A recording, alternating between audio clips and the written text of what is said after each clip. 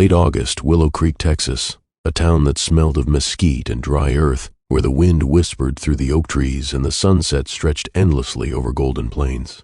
The Sawyer Ranch lay 30 miles from town, acres of land carved from generations of grit. Clay Harding, 36, tall with rugged features, tan skin and deep-set blue eyes, stood at the gate of the land he once called home. After 12 years as a firefighter in Houston, Clay's return was not by choice but by family duty. His father's stroke left the ranch with no one to run it. Clay hadn't been back since graduation. He wore the badge, saved lives, and stayed far from the past that haunted him.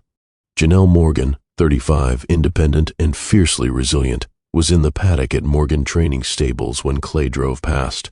Her caramel-colored eyes squinted against the sun as she led a bay mare through exercises. Her long braids were tucked under a bandana, her hands steady, her posture a portrait of control. Clay's old Ford rumbled slowly down the gravel road. Inside, he wore a fitted gray shirt that clung to his broad chest and arms, damp with sweat. One hand rested on the steering wheel while his other lifted slightly off his thigh, twitching as if reaching for something long gone. And then their eyes met. Time stretched. She sat high on the saddle, her silhouette framed against the glowing light of late afternoon. He slowed the truck, almost involuntarily, gaze locked on her as the wind teased loose strands of her braids. Her brows knit in surprise, but her expression remained unreadable. A rush of old memories gripped Clay, the softness of her laugh on late nights, the way her lips tasted of lemonade in July, the nights on the porch sharing dreams and listening to cicadas hum in the dark. A few dozen yards down, the truck came to a stop. Something inside him needed more. He climbed out, boots crunching on gravel. "Hey, Nell," he said. "Clay." Her voice was clipped, but the warmth behind her eyes was undeniable. He nodded toward the paddock. "You own all this now?" She nodded slowly. "Bought it 5 years ago. Training, boarding, equine therapy. I stay busy." "Looks good," he murmured, then smiled faintly. "You look good." She shrugged. "Dirty, tired, sunburned. Ranch life still suits you." They stood quietly. The horse snorted, pawed at the earth. Clay shifted his weight. "Guess I'll see you around," he said, backing away. "You will." He climbed back in the truck, reluctant to leave. As he drove off, he adjusted the rearview mirror and watched her walk the mare back to the barn. The dust behind him hung thick, but the image of her, confident and still the center of his gravity, burned clear. Later that day, Clay wandered the ranch. The quiet was unnerving.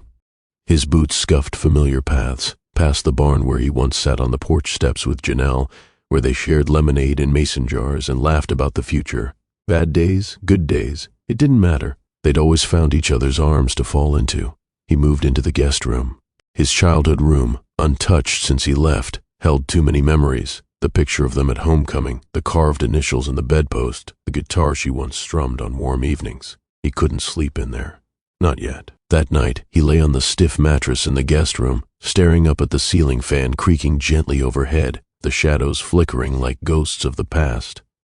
Over the next 2 weeks, he saw her everywhere. The feed store, the gas station, the fairgrounds. Her presence commanded attention. People greeted her warmly. She helped an elderly man carry his bags. She crouched to comfort a crying child. Her smile, gentle, genuine, lit up those around her. Every time, the same boy was nearby, maybe 10 or 11, always close but never facing Clay directly. A flash of his dark curls, a profile, always turned just enough to keep the truth out of reach. Until a Saturday morning at the farmer's market. Clay reached for a basket of fresh honey butter chips, right as another hand grabbed the same. Both their left hands were already occupied, each holding a jar of spicy pickles, and now their right hands collided over the chips. They both laughed at the moment, a mirrored coordination uncanny. He looked up, a boy nearly as tall as his shoulder, same deep blue eyes, same odd combo of chips and spicy pickles Clay had always loved, held just the same way. He froze. The boy stared back, confused. Then Janelle stepped in, her voice cautious. "Elijah, this is Mr. Harding. He, just moved back to town." Clay looked from her to the boy. "Elijah." His chest tightened.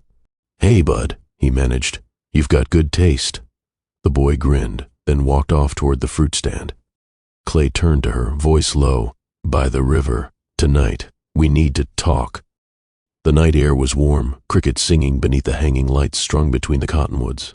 Janelle stood by the river's edge, arms crossed. Clay stepped close, shadows dancing across his jaw. How old is he? She hesitated. 11. His birthday was last month. He swallowed hard. He's mine, isn't he? She nodded slowly. Yes, I didn't know until you were gone, and when I did, I couldn't drag you back. You were chasing something big. I wasn't going to be the woman who made you resent your life. You should have told me, maybe, but I protected my heart the best way I could, and him. They sat in silence, the river murmuring beside them. Does he know? Clay finally asked. She nodded, not officially, but he's smart. He sees the way you look at him. He already feels it. He has your stubbornness, but he moves like me, same grip, same gait, he said. He has your fire too, and your quiet loyalty, she added quietly. The truth settled between them, painful but healing. She turned away briefly, her voice nearly a whisper. I did send you a letter once, after Elijah was born. I wanted you to experience that milestone with me. I didn't know what else to do. Clay's breath caught. A letter? I never got one. Are you sure it went to the right place? She nodded. Your fire station in Houston. I wrote it, sealed it, mailed it myself, addressed it to your attention. Clay's brows furrowed, his voice hardening. No one ever said a word. I would have come back in a heartbeat. Janelle's gaze dropped. You remember Marcus? His shoulders tensed. Yeah. He was always overprotective, especially about the team. Thought anything personal was a liability. She exhaled slowly. He always saw me as a distraction. Maybe he thought he was helping. Clay's jaw worked. If he intercepted it, if he made that call for me, we don't know for sure, she interrupted softly, but her voice trembled. But I felt it, like something went wrong. The night closed in around them, the silence thick with regret and unresolved ache. Clay shook his head. He stole more than just a letter. He stole years. Janelle stepped closer. But we still have now, and we're not wasting it. Clay looked at her, raw emotion in his eyes. No, we're not. It had been nearly 2 weeks since that night by the river, since the truth, since the flood of everything they could have been but weren't. Clay had thrown himself into repairs around the ranch, fencing, mending broken gates, reorganizing the barn stalls, anything to keep his mind and hands busy. Marcus had been a senior firefighter back in Houston, his mentor and friend, someone Clay had trusted with everything during those early years. He was protective, hard-edged, and often saw Clay's heart as his greatest liability. He was also the one who had managed the incoming station mail during their busiest season. That afternoon, Clay was deep in the barn's old tack room, digging through forgotten shelves in search of a weathered halter he swore was still good. He pulled down a box, dusty, taped and marked with his initials, and cracked it open. Old gloves, a framed photo of him and the crew. A black envelope. His breath stopped. The handwriting on the envelope was delicate, familiar. Janelle. Clay sat back on the wooden bench, heart thudding, and carefully opened it. Inside, a letter in her neat cursive. Several photos slipped out, an ultrasound image, Elijah's newborn face wrapped in a blue hospital blanket, a photo of him grinning with food smeared across his chin, and a small USB drive taped to a note, his first steps. I wanted you to have this. The words on the page blurred through Clay's tears as he began to read. Clay, I know this may come as a shock, but I needed to try. I wanted to tell you in person, but you were gone, and I didn't want to stand in your way. His name is Elijah. He has your eyes, your quiet strength. I see you in him every day. I hope you'll forgive me one day for not telling you sooner, but this is me trying to share him with you now, even if it's late, Janelle. Clay didn't realize he'd fallen to his knees. Dust clung to his jeans, but he couldn't feel it. He clutched the letter in one hand, the photos in the other, his face streaked with silent tears. Later that evening, he sat in the ranch house living room, laptop open, the USB plugged in. The screen flickered, and then there he was, Elijah, a chubby toddler in overalls, standing with a wobbly stance in the kitchen. Janelle's voice off-screen encouraging him. Come on, baby, come to mama. Clay watched, hand over his mouth, as Elijah took his first steps, arms flailing, falling with a laugh. He hit pause, rewound, watched again, and again. Tears rolled down his cheeks. He missed it, but she hadn't let the moment disappear. She had tried. The next morning, Clay drove into town, heart still raw. He found Marcus at the local feed store, standing near the back by the grain bins.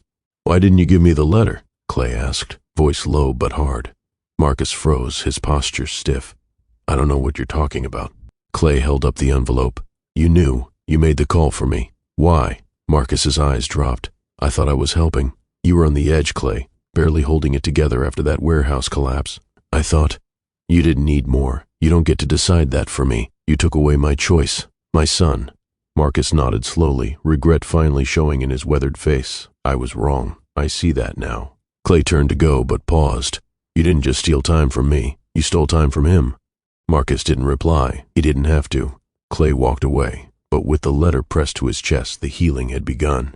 Clay began showing up more at the stables. Elijah, curious and chatty, gravitated toward him with uncanny familiarity. Janelle tried to ignore it, but every day the similarities grew clearer. The way they chewed their food, the way they laughed with a nose scrunch. She watched Clay fix a gate one afternoon, shirt sticking to his back, sweat trailing down his neck. She swallowed hard, caught between anger and yearning. He'd changed, softer in some ways, more grounded, and her body reacted, heart racing when he stood close, breath catching when their hands brushed. He caught her waist once when a mare bolted, his arms firm around her.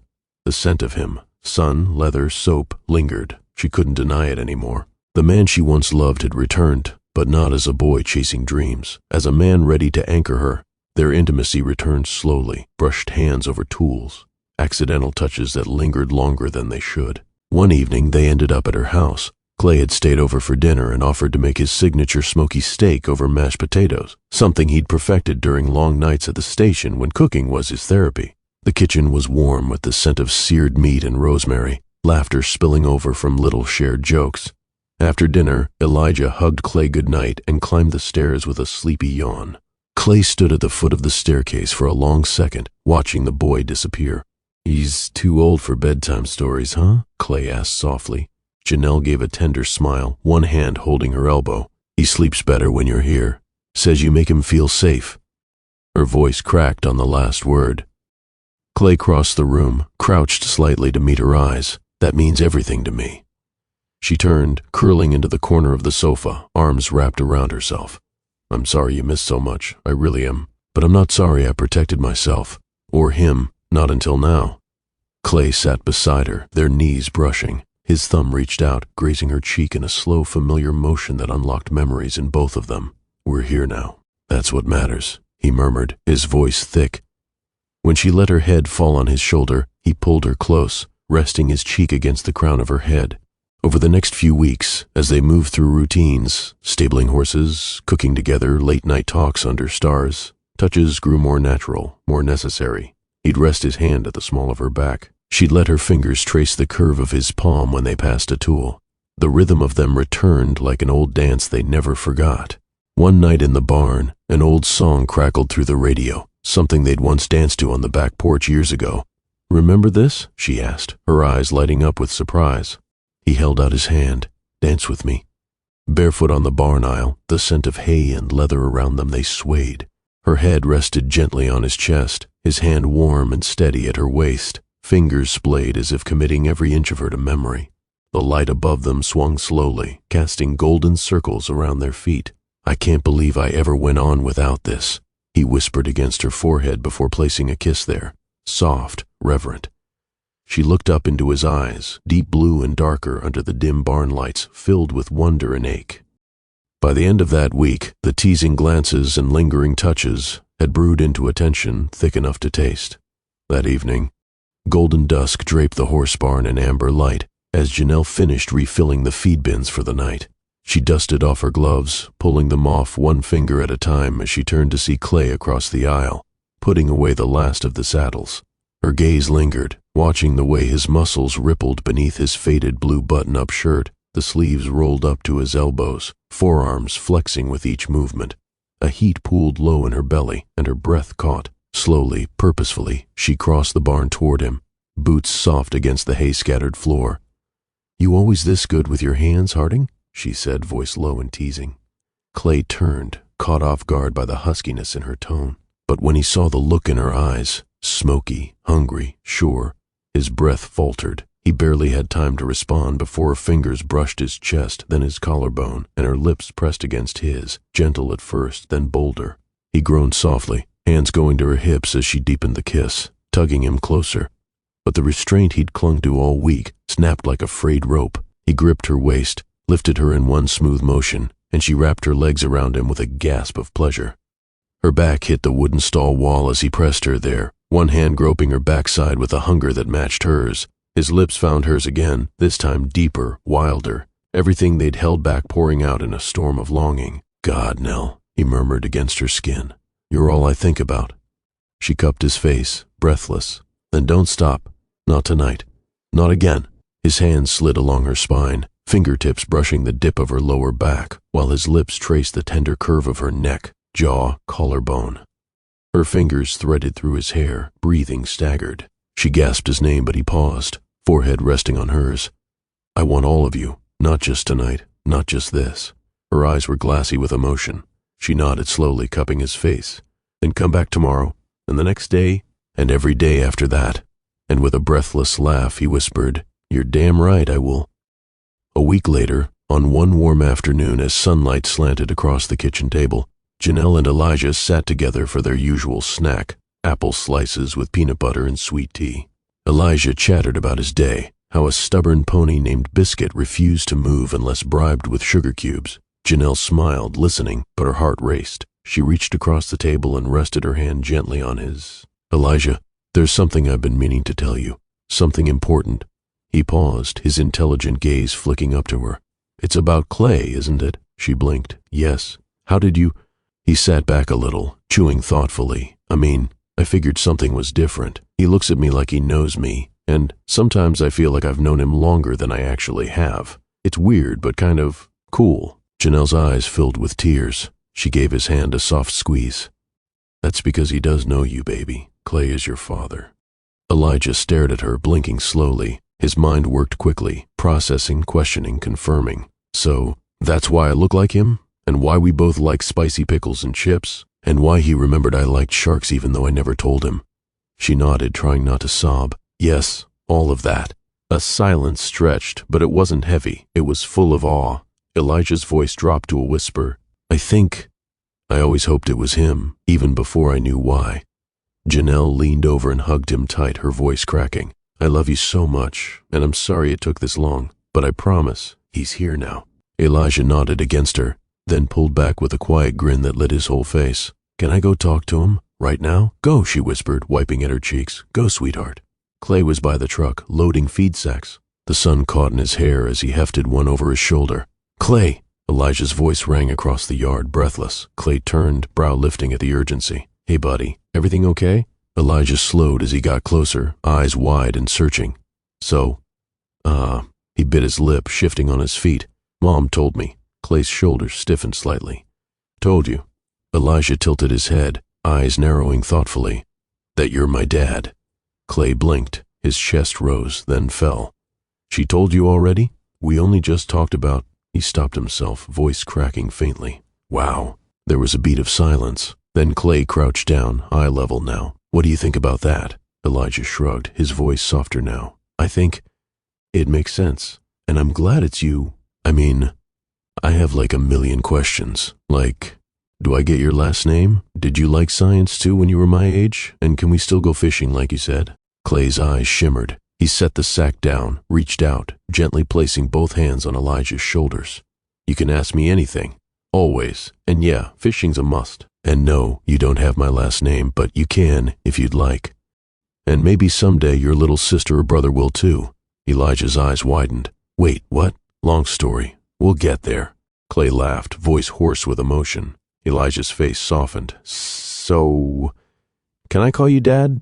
Clay's throat bobbed. "You can call me anything you want, son, but hearing you say Dad, that'd be the best thing I've ever heard." Elijah stepped into his arms without hesitation. Clay wrapped him tight, eyes closing, his whole frame trembling with emotion. After a long moment, Elijah mumbled into his shoulder, "I don't mind if you cry. I kind of feel like it too." Clay chuckled through tears, pulling back to ruffle his curls. "Deal. We're allowed to cry together." Elijah smiled. "Cool. So, when's our first fishing trip?" Clay grinned. "Tomorrow, just you and me. We'll bring chips and spicy pickles." Elijah beamed. "Yes, that's what I'm talking about." From the kitchen window, Janelle watched the scene unfold, hands pressed to her mouth, her chest rising with quiet, overwhelmed joy. This was healing in real time, a father and son learning each other, finally beginning their story. Their wedding was at the Harding Ranch barn, beneath the same beams where their love had once bloomed. Clay's father, now living in a nearby senior home, beamed from the front row. Janelle wore her cream lace dress, braids adorned with wildflowers. Clay wore his favorite navy vest and the tan cowboy hat Janelle always said made him look like trouble. Elijah stood between them. It had been a year. The ranch thrived. Janelle felt off, tired, dizzy, nauseated. She bought the test but didn't take it right away. "I want you there," she told Clay, "every step of this one." He waited outside the bathroom door, heart pounding. She handed the stick to him before the result showed so he'd see it first. They waited together. When the result appeared, he froze, then smiled, then laughed, deep hoarse joy. He picked her up, spun her in the hallway. "We're having a baby," he whispered, tears sliding down his cheeks. He knelt, lips pressed to her belly, and leaned his forehead against her lower belly. "Hi there, little one. Daddy is here." Clay stood in the barn doorway, a baby girl, Faith, curled in his arms. Her tiny hand clutched his finger. Elijah ran circles with a dog nearby. Janelle came up beside him, head on his shoulder. "We've come far," she whispered. He smiled. "And we've only just begun." The horses grazed, the land flourished, and love reigned strong, forged in fire, rebuilt in truth, and cradled in the arms of forever. Life has a way of circling back to what truly matters. Sometimes the fire we run from is the very thing that lights our path home. Forgiveness, second chances, and choosing love over fear. That's what Clay and Janelle taught us. If you've ever had to heal, rebuild, or rediscover what home means to you, this story was for you. If this story moved you, don't forget to like this video to show your love for romance stories that hit deep. Subscribe to Porchlight Stories for more heartfelt, soul-stirring love stories. Turn on the notification bell so you never miss the next chapter in our world of unforgettable characters and second chances. Your next favorite love story is just one click away.